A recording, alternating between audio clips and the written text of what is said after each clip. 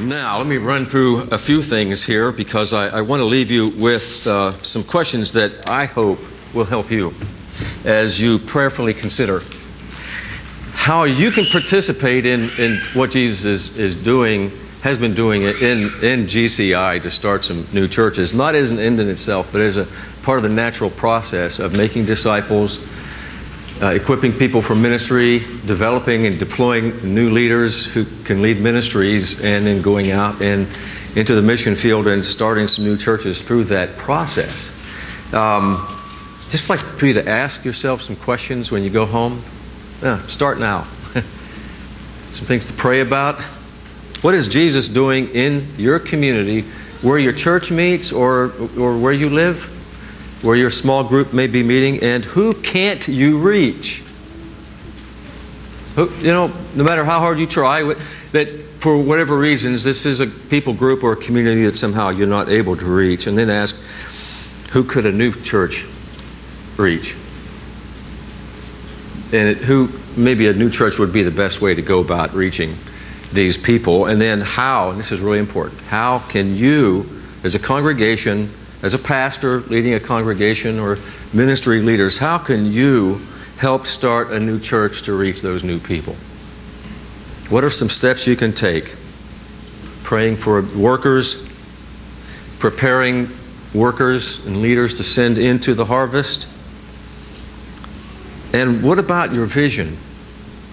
Is your vision, is perhaps for some of us, our vision is still too small for what God is doing with us and what He has prepared us for? And are we still a little bit, or maybe not so much a little bit, a little too comfort-oriented or worried about our piece of the pie? You see, because this is kingdom work, so to speak, and when it comes to kingdom work, there really are enough pieces to go around for everybody. There are. And think in terms of what if.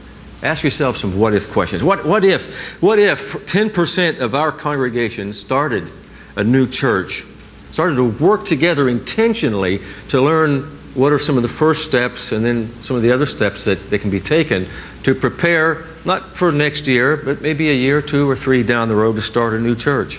What if our districts, we have 30 districts, what if our district networks, all 30 of them around the country, started 1 to 2 churches once every couple of years?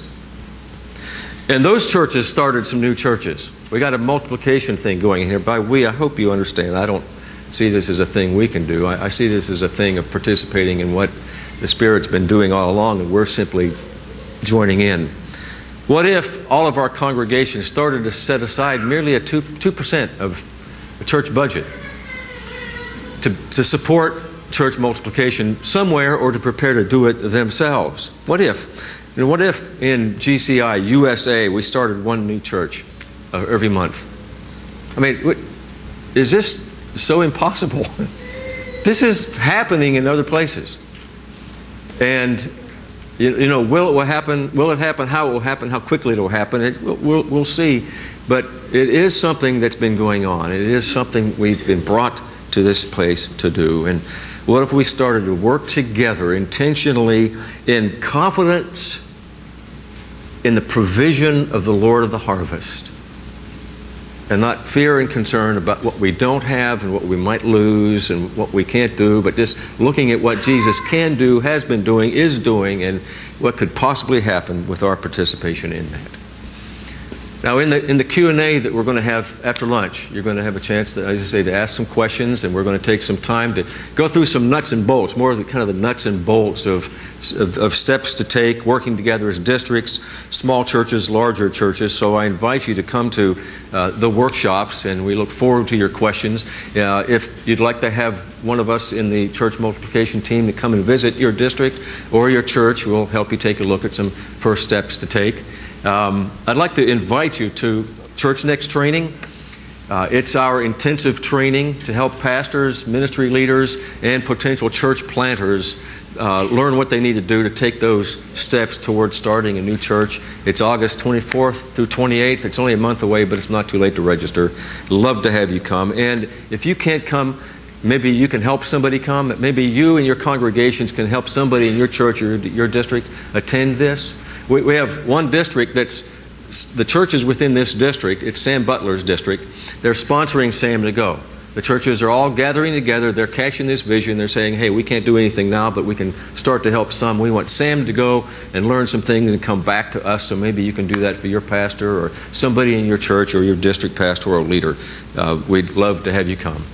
And will you please pray that God will provide the leaders for this harvest, for new churches?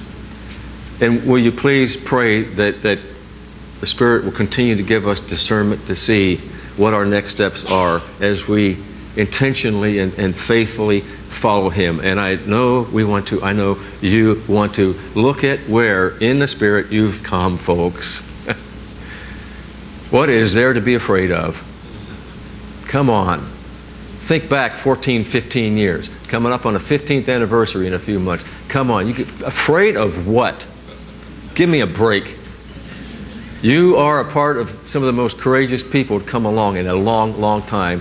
And I'm not just saying that. Other people are saying that who are looking at us and looking at you. Let's follow Jesus. Let's make new disciples. Make some new leaders in the Spirit by His provision, right? Not by our power, but trusting Him in what He's doing.